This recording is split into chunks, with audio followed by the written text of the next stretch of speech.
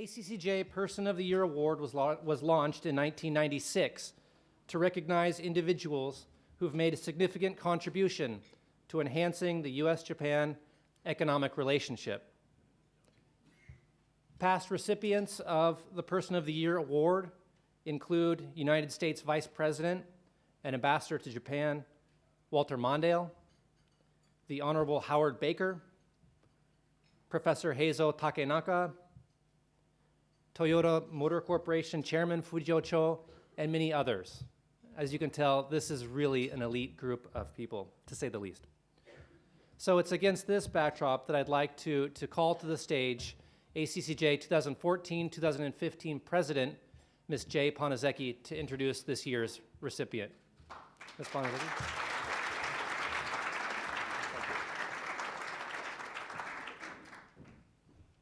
Good afternoon, ACCJ members and distinguished guests. It's my distinct honor and pleasure to introduce Wendy Cutler as our 2015 recipient of the ACCJ Person of the Year Award. Ms. Cutler's contributions to the U.S. Japan economic relationship stretches back decades and has resulted in the resolution of market access barriers to the direct benefit of American businesses and ACCJ committees across the board. Ms. Cutler currently serves as Vice President of the Asia Society Policy Institute, as well as Managing Director of the Institute's Washington, D.C. office. In her previous capacity, Ms. Cutler served, among other things, as Acting Deputy U.S. Trade Representative. A familiar face to all of us, Ms. Cutler joined USTR in 1988 and has been deeply involved in every important bilateral trade initiative since then, including the Strategic Impediments Initiative, the U.S.-Japan Framework Talks, the Economic Partnership for Growth, and more. In addition to her contributions to U.S.-Japan relations, Ms. Cutler was lead negotiator for the U.S.-Korea Free Trade Agreement, the trade pact that ultimately became the starting point for the Trans-Pacific Partnership. Her illustrious 27-year career up to now culminated with a pivotal role in the TPP negotiations, first in U.S.-Japan parallel talks, which paved the way for Japan's entry into the TPP negotiations, and then as lead negotiator with Japan to facilitate the ultimate TPP agreement. Ms. Cutler retired from the USTR in October last year, with the TPP agreement and chorus among her crowning achievements to date. In addition to being an excellent and principled trade negotiator and a wonderful person, Ms. Cutler is an inspirational role model and passionate mentor, championing gender equality and promoting awareness of issues surrounding women in the workplace. For these reasons and many more, I cannot think of a better person to be recognized as the ACCJ Person of the Year for 2015. Please join me in extending a very warm ACCJ welcome to Wendy Cutler.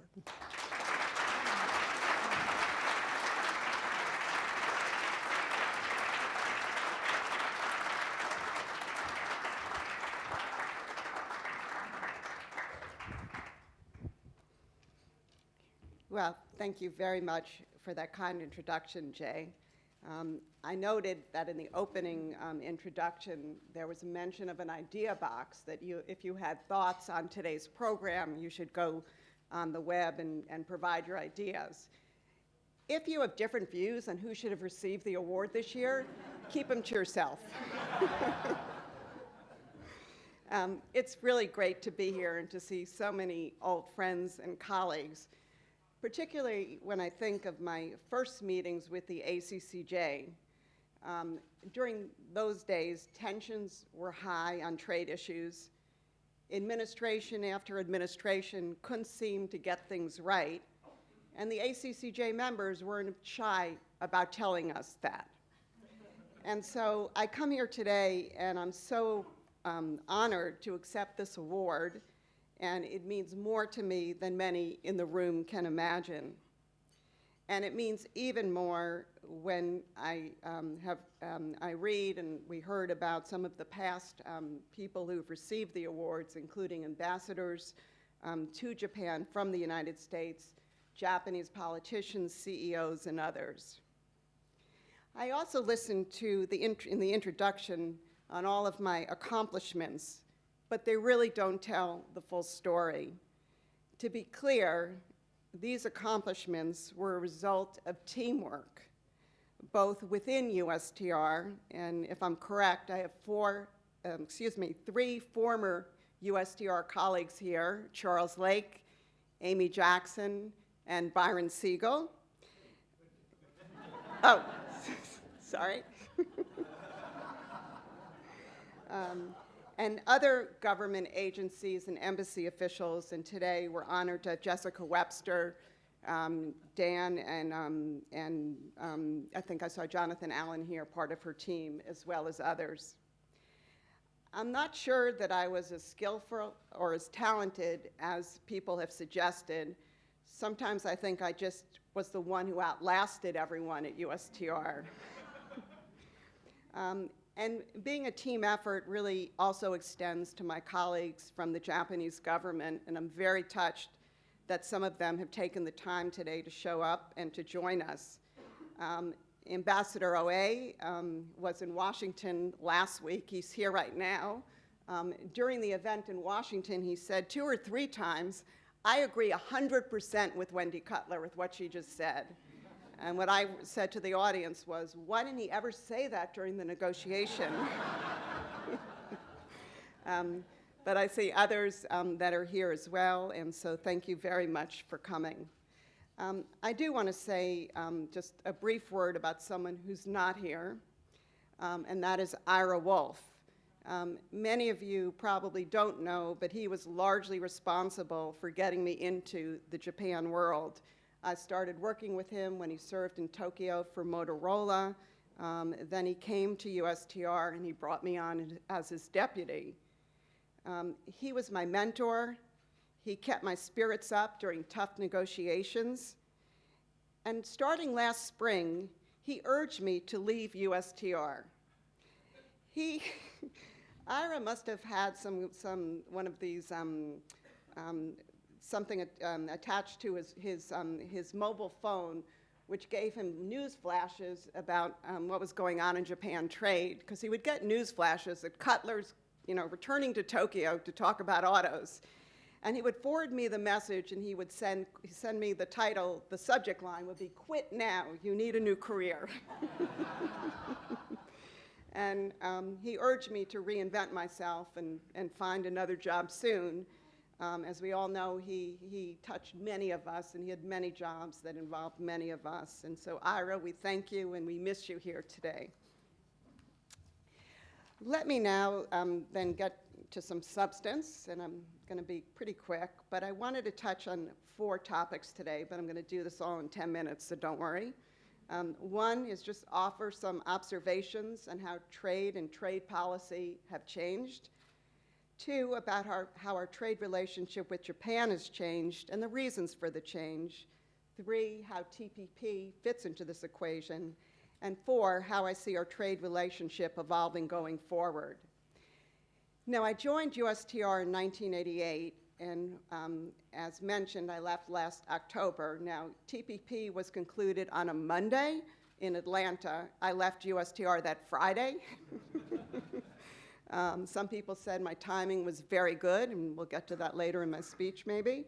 But trade has really changed since when I joined USTR.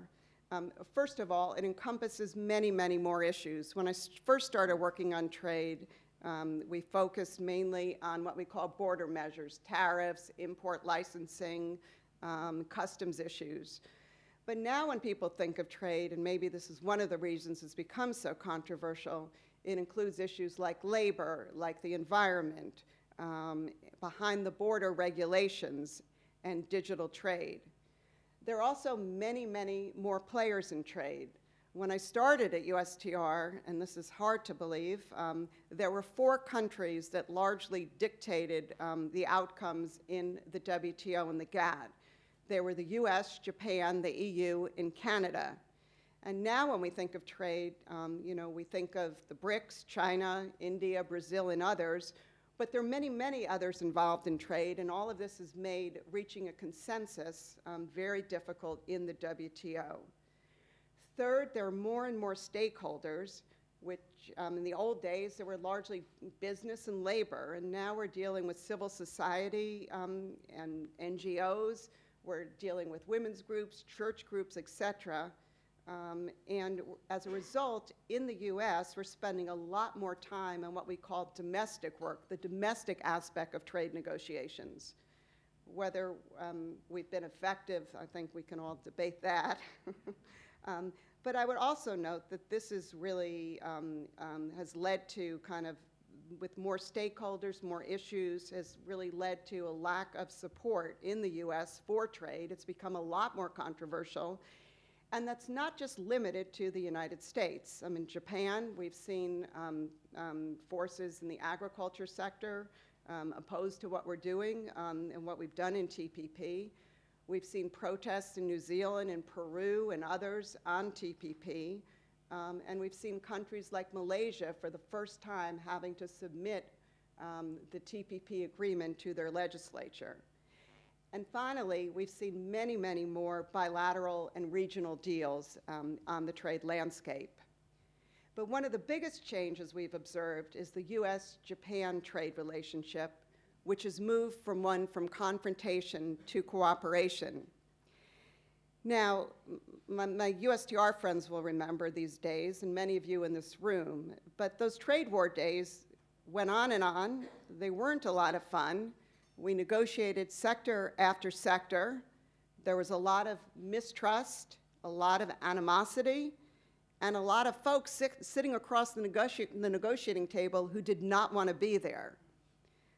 We wanted Japan to open up their market. Japan claimed their market was open, and we just weren't trying hard enough. Eventually, we would reach a deal, but then we'd find out with time that there were other barriers we didn't get to, so we would end up going back to the negotiating table, negotiating on the same sector. So, needless to say, when rumblings about TPP emerged during the DPJ administration, I will admit now, I was a big skeptic. I recall Ambassador Froman, when he was working at the White House, taking me aside after a meeting on another issue and asking me if I really thought that Japan was interested in joining TPP. I did not convey a lot of enthusiasm, opining that while some in Japan may think it was the right thing to do, that I just didn't see Japan ready to make the tough decisions that were required on agriculture in particular. And you might ask, well, what changed my thinking? And my response is beef, but not because of the specific issue of beef, but beef became really embellished of our strained, stalemated trade relationship.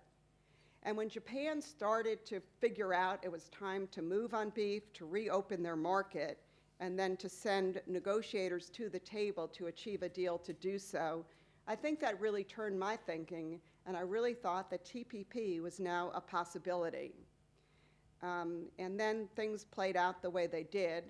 I would just share just one other incident with you. When it was announced during the Noda administration, when we were in Honolulu for the APEC year, that Japan wanted to join the TPP negotiations, an announcement was made, and the announcement was a very long sentence, and it said, this is a quote by then Prime Minister Noda, "I have decided to enter into consultations toward participating in the TPP negotiations with the countries concerned."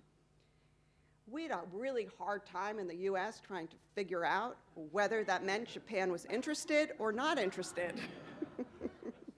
And we spent a long, long night in Honolulu debating this and trying to figure out what our response should be. And ultimately, we chose to interpret this as a yes, that Japan was interested.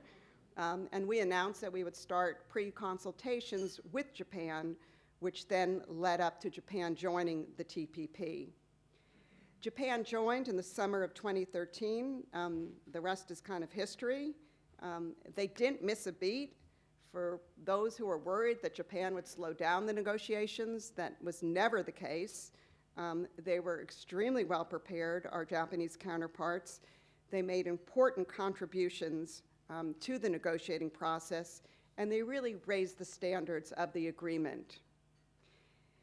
But for me, I would just say, just taking a step back, that this negotiating dynamic with Japan and TPP was very, very different from talks of the previous years. Japan wanted to be at the negotiating table, I think, right? Or at least they seemed like they wanted to. We had a shared purpose, and even when things got really bad, and they did, I will attest to that, I always knew in my heart of hearts that we'd get back to the negotiating table and we'd figure out a way forward. Right after the U.S.-Korea agreement was concluded, I recall briefing an ACCJ group and being introduced as the person you would want in the trenches with you if you were in a trade negotiation. And I responded that Chorus wasn't like that, that it wasn't a trade war, that we were both on the same side, and in fact, we were both in the same trench. And that's how I felt with Japan and TPP as well. We worked really hard on TPP together, both on rules, on autos and agriculture and other issues. Others in the negotiation were watching us closely. We were aware that the stakes were high and that we could not afford to fail. And we ultimately succeeded with success with the agreement signed last February. Now the action is in our respective capitals. Let me start with Tokyo. I think it's easier. I have deep admiration for Japan, which put this deal before its diet just last week. And I have no doubt in my mind that the Japanese diet will work quickly to get this agreement passed. What will happen in Washington this year remains a bit uncertain. Now, if you just read the papers and you listen to the debates, you can't help but conclude that TPP is not going to move forward this year. But I am an optimist, and I continue to believe that TPP can happen this year in the United States. The President has made clear he wants it to come into effect, he wants it to be passed by our Congress this year. Our business community is mobilizing its support and reorganizing itself. And the consequences of not moving forward, both economically, strategically, and diplomatically, cannot be understated. I understand the ACCJ will be conducting its annual door knock shortly, and I really urge you, and now I can say this, I urge you during that door knock to really explain during your meetings what Japan is doing and what are the consequences in the region to our bilateral relationship if this deal is not passed quickly. So where does this all take us with respect to the U.S.-Japan trade relationship? And here also, I'm very optimistic and positive. TPP has led to a new era of cooperation, and I see the U.S. and Japan cooperating on entry into force of TPP, cooperating on new members that want to join TPP, and providing capacity building to make sure those countries that do join have the capacity and the institutional framework to really implement the agreement. I also think that Japan will work hard in the other negotiations it's involved in to help lift up the standards of these trade agreements. And I look forward to continued cooperation with Japan on the G7, the G20, the APEC, and the WTO agendas. Now, of course, we will continue to have bilateral irritants, and we won't see eye to eye on every trade issue, and the ACCJ will let us know that, and they'll tell us the issues where we're not seeing eye to eye. But all of this is only natural in such a large trading relationship covering goods, services, and investment. But now we have the relationships, we have the mechanisms, and we have a history of mutual trust and respect that will serve us very well going forward. In concluding, let me just say that when I look back on the old days and where we are on trade today, I could never have imagined that when I left USTR, we would have concluded a bilateral FTA with Japan. It was hidden in TPP, but it is a bilateral free trade agreement. And I feel so honored to be part of this history, part of the team of U.S. and Japanese government officials and business officials who all contributed to this transformation in our trade relationship. So thank you so much for honoring me today. And in turn, I applaud all of you who I've worked with over the years to make this such a profound and fun time. Thank you.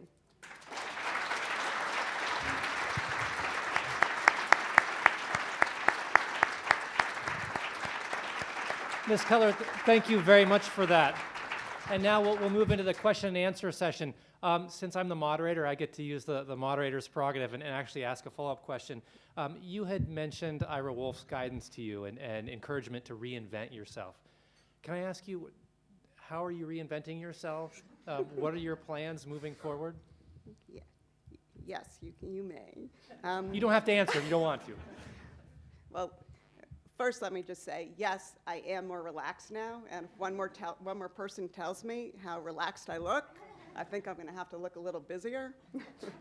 No, I am very busy. I'm just extremely fortunate. I've joined the Asia Society Policy Institute as its vice president. I'm have opened its Washington office. This is a great job for me. This is when I left USTR. I really wanted to go to the think tank world, and I think I've really found a good fit for me. I get to continue work on U.S.-Asian relations, and now it's broader than trade. I'm expanding now to gender issues and to other issues, and I'm really proud to be part of this new team. It is an adjustment. There are things I miss about my old job, but I'm getting over it a lot quicker than I thought. Thank you. And now take questions from the floor. If you could please introduce yourself, say your name and your company affiliation. Also, please limit your questions to one. Thank you. Yes. I'm Glenn Fukushima from the Center for American Progress in Washington, D.C. I want to congratulate you, Wendy, on the award.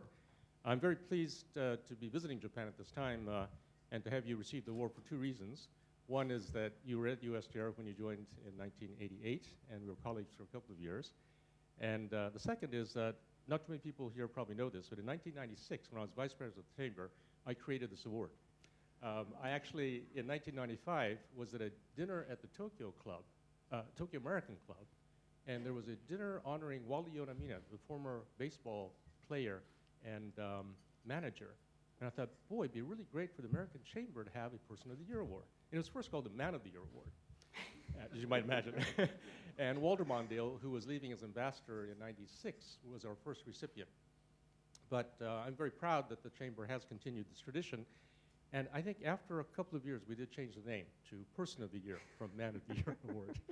Anyway, so I'm very pleased to be here. I have one question, which is a forward-looking question. I think many of us here are very interested to know, assuming the TPP is passed, assuming it goes into effect, there are many countries that have expressed interest in joining. And some of the countries that are mentioned, either as expressing interest or others thinking they may want to join, are South Korea, Philippines, Indonesia, India, China. There's a long list. Can you tell us, in your opinion as a no longer government official, which 4 or 5 countries do you think are the most likely candidates to be joining TPP in the next round? Thank you. Okay, well, thank you, Glenn, and thanks to everyone for changing this from Man of the Year to Person of the Year, and maybe in the future it'll be Woman of the Year. And I apologize for not including you on my initial USTR list. You are front and center of that list, and if anyone remembers those trade war days and lived them and breathed them, it's Glenn Fukushima. In terms of TPP accession, let me just underscore that TPP was always about including more countries, and it still is. That said, it's really important for the current 12 countries to get this deal into effect first, and then start considering and consulting and working with other countries. In terms of the list of countries, I think you got it right. There are a few others that I would add to that list. I mean, in my mind, I think that South Korea is the most ready of any of the countries to join TPP, and I think that's basically because we've agreed that we have Chorus as a platform. So they've agreed to a lot of the high standards that are called for in TPP. However, you know, they would have more to do as well to join. With respect to the others, I'm not going to list the order. But I will say that even in my capacity now, a number of the countries on your list have approached me informally to find out more about TPP. I know that TPP in China, for example, has been translated into Chinese, and people are, it seems like everyone's reading it, lots of questions, and I think that's encouraging. And so I have to believe that when TPP is put into effect and other countries join, that this is just going to have a profound effect on the region, all for the good. Thank you. Next question.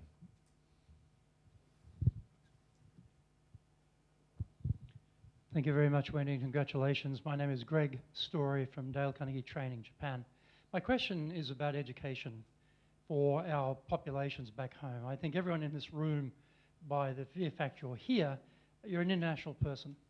And most of the resistance to things like TPP or bilateral trade agreements are usually based in domestic publics back in our home countries. And they don't often see the benefit of the bigger picture. And somehow, despite government's efforts to try and educate the population, we still see resistance. We still see people seeing it as a zero-sum game. Do you think there's anything we can take away in terms of our role here that we can help to educate our own populations about seeing the bigger picture and seeing the bigger benefit? Mm-hmm. And I think that's a really good question. I think you've touched on something, you know, that's very, very important right now.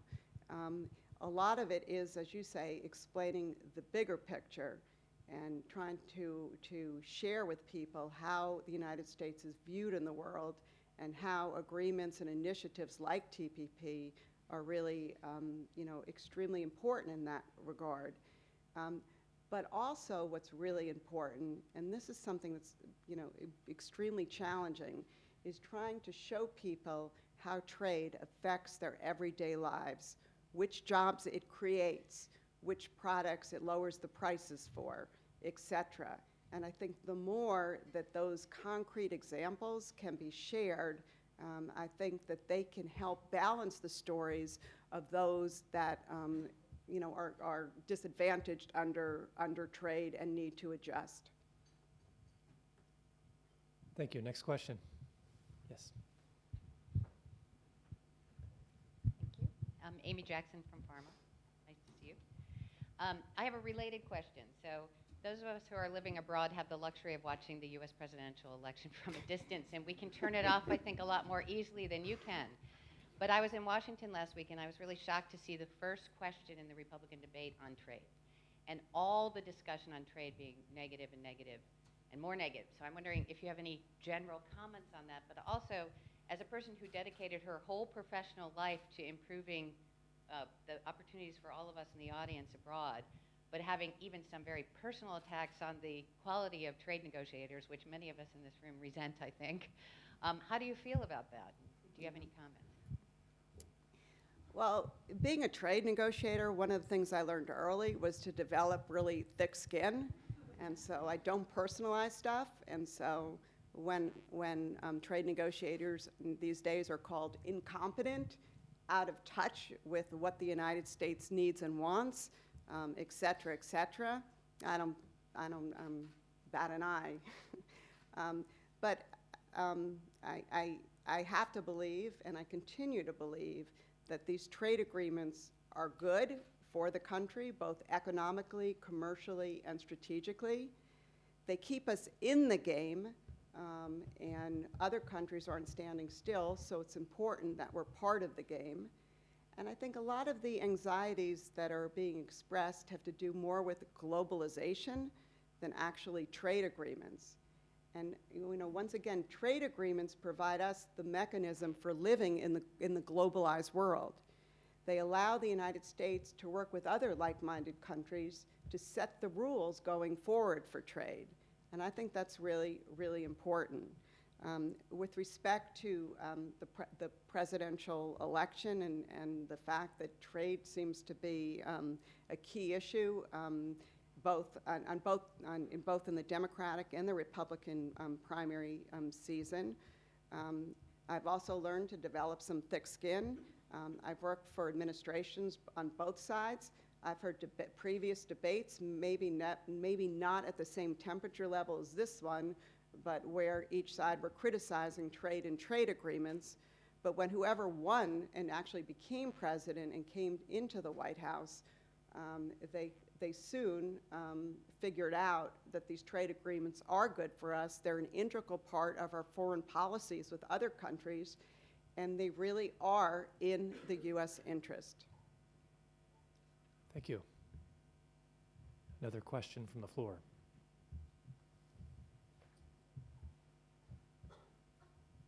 We have a question over here.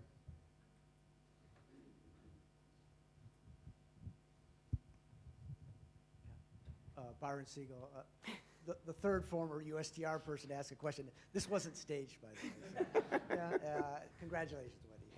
Well deserved.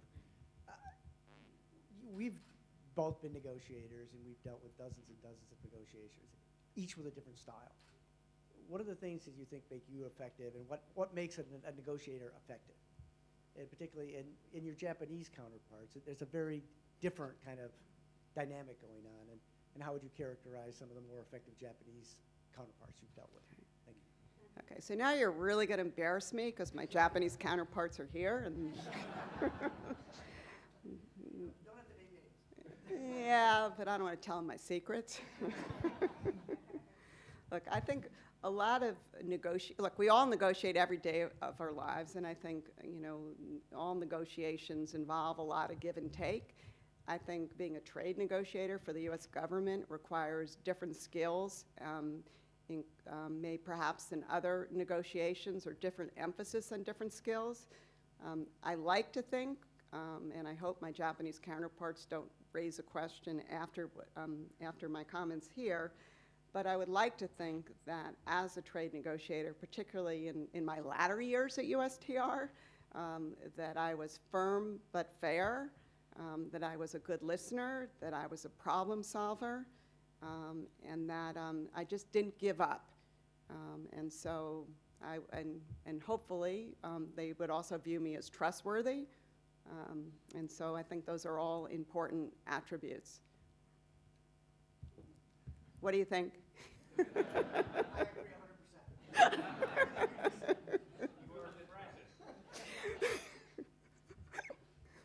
Thank you. Other questions? President LaFleur. Wendy, once again, congratulations on your award. And I'd like to ask you to turn to the future. And let's say, for the sake of argument, that the lame duck session of the U.S. Congress moves ahead with TPP. And that President Trump subsequently calls you in and asks you what should be the next objective for the United States in the trade arena. Where would you direct him? Okay. So when I was at USTR, I would answer that question with, I don't respond to hypotheticals. But now I'm unplugged. Assuming TPP is approved by our Congress this year, and a new president, whoever that is, then is looking at what we do going forward with our trade policy in the U.S., I would probably emphasize a few areas. Number one, I would say let's put a lot of priority on getting additional countries into TPP. Countries are interested. We have momentum now, and we have the ability to really build out that agreement. At the same time, I think we need to reassess and figure out a more effective way of working with China in the trade area, In the U.S., we have a number of dialogues now and initiatives with China, but I think they really need, I think, a re-examination. And I think we need to find a better way to interact and work with China. Finally, I would urge the President not to give up on the WTO, that hopefully we can use the momentum from TPP and other trade agreements to spur liberalization in the multilateral setting and get many more countries kind of signed on to the rules that we believe are in our interest. Fourth, I would urge a president to put a lot of emphasis on implementation and enforcement of our trade agreements. We're doing that now, but I think we need to continue. I think that helps build support for trade in the United States.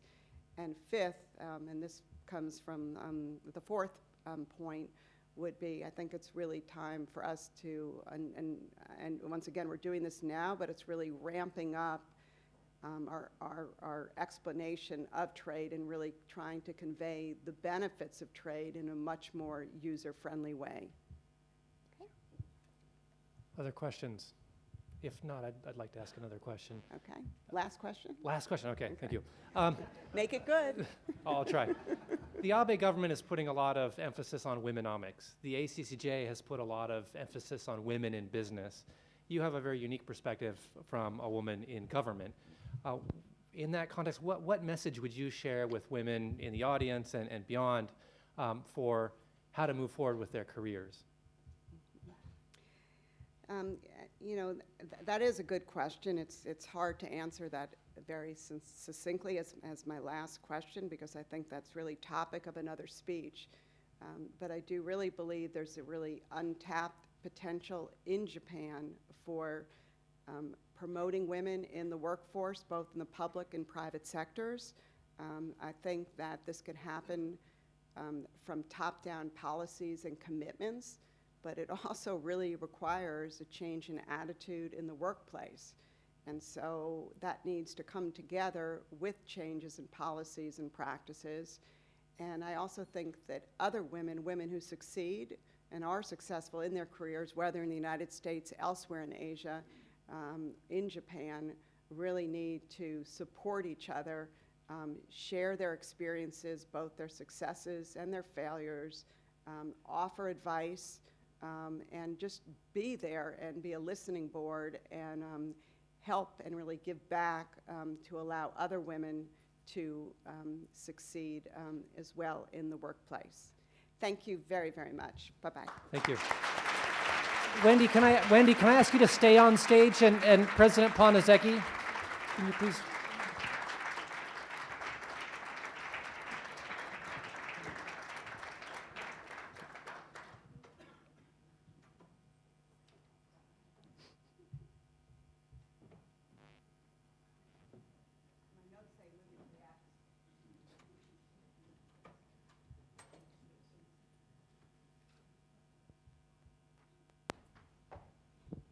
Congratulations again.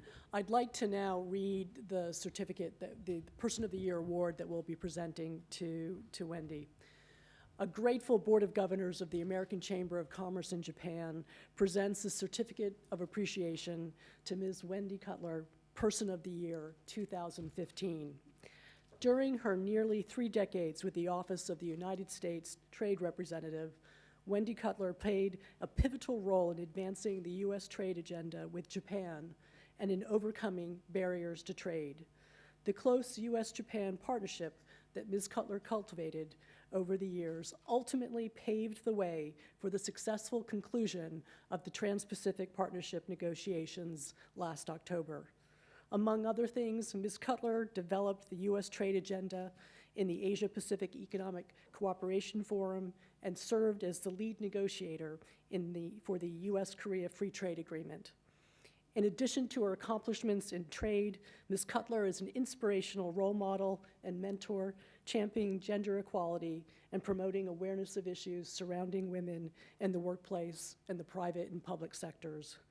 Ms. Cutler's tireless efforts exemplify the ACCJ's mission of creating a better business environment in Japan and have made a major contribution towards enhancing U.S. Japan economic relations. We wholeheartedly applaud Ms. Cutler's contributions and are proud to present her with the ACCJ Person of the Year Award for 2015.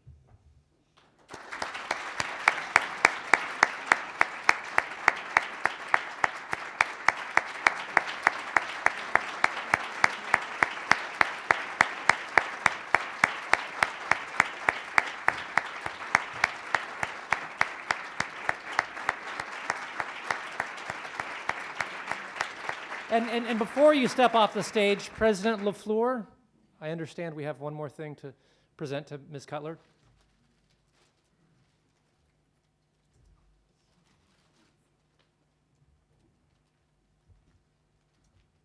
This is the official Person of the Year bouquet.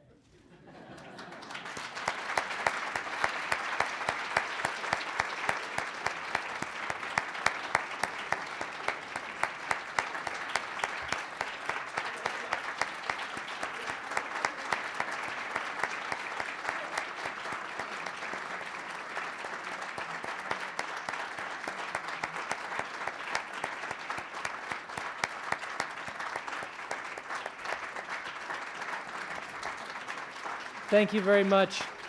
Thank you very much, and congratulations.